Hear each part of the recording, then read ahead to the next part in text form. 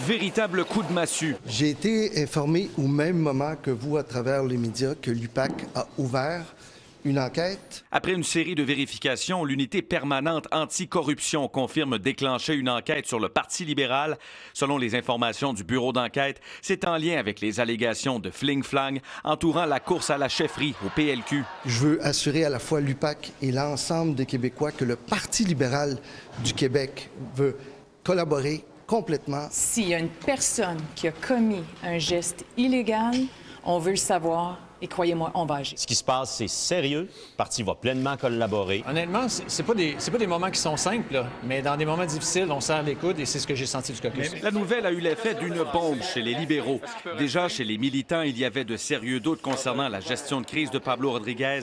Aujourd'hui, certains ne se gênent plus pour réclamer publiquement son départ, dont un ancien ministre. À partir du moment où l'UPAC déclenche une enquête, c'est sérieux. À ce moment-ci, il reste quelques mois seulement avant l'élection. On n'a pas le loisir d'attendre le rapport de ces enquêtes-là. On va se retrouver en mai ou en juin ou en juillet. Vous ne le savez pas et moi non plus. Alors moi, j'ai le regret de dire aujourd'hui que M. Rodriguez doit aller prendre une longue marche et je lui dirais de marcher en direction d'Ottawa. Même son de cloche chez l'ancien président de l'Association d'Outremont. M. Rodriguez devrait mettre les intérêts du parti avant les siens et démissionner. L'ex-ministre Christine Saint-Pierre, elle, ne va pas aussi loin, mais elle l'invite à réfléchir. La pression va devenir vraiment très forte sur lui au cours non seulement des prochains jours, mais aussi des prochaines heures. Est-ce que vous allez rester?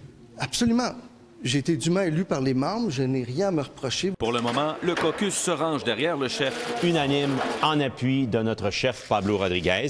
On va passer à travers. Je rappelle que là, c'est une enquête, c'est pas une condamnation. Moi, M. Rodriguez, il a ma pleine confiance. J'ai confiance à 100% dans son intégrité. Mais la pression est forte sur le parti, qui a aussi déclenché sa propre enquête externe. Puis il y a celle de la commissaire à l'éthique, qui a eu pour effet l'exclusion temporaire de la députée de Chomédé du caucus libéral, Sonal Lacoyan-Olivier. C'est la culture organisationnelle du Parti libéral qui est marquée par la corruption.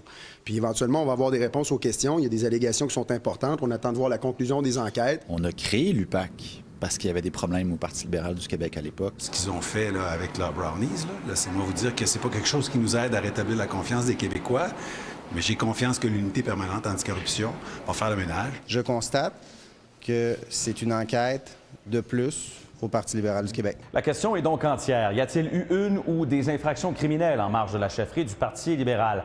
Dans les hautes instances du parti, certaines personnes se demandent si le PLQ n'est pas devenu paralysé et si la situation n'est pas devenue irréversible.